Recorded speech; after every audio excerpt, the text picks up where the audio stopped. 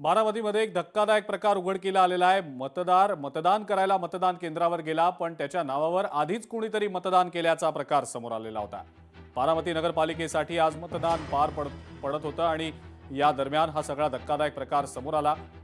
बारामतीतल्या अहिल्यानगर देवी क्लब या मतदान केंद्रामध्ये हा प्रकार घडलाय।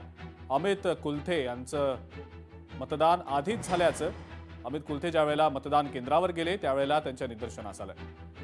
निवडणूक केंद्रातल्या कर्मचाऱ्यांकडून त्यांनी टेंडर वोट फॉर्म भरून घेतला आणि त्यानंतर त्यांनी मतदानही केलं। मात्र अमित कुलथे यांच्या नावानं आधी कोण मतदान करून गेलं हा प्रश्न आता अत्यंत महत्त्वाचा आहे। निवडणूक अधिकाऱ्यांनी या संदर्भात प्रतिक्रिया द्यायला नकार दिला।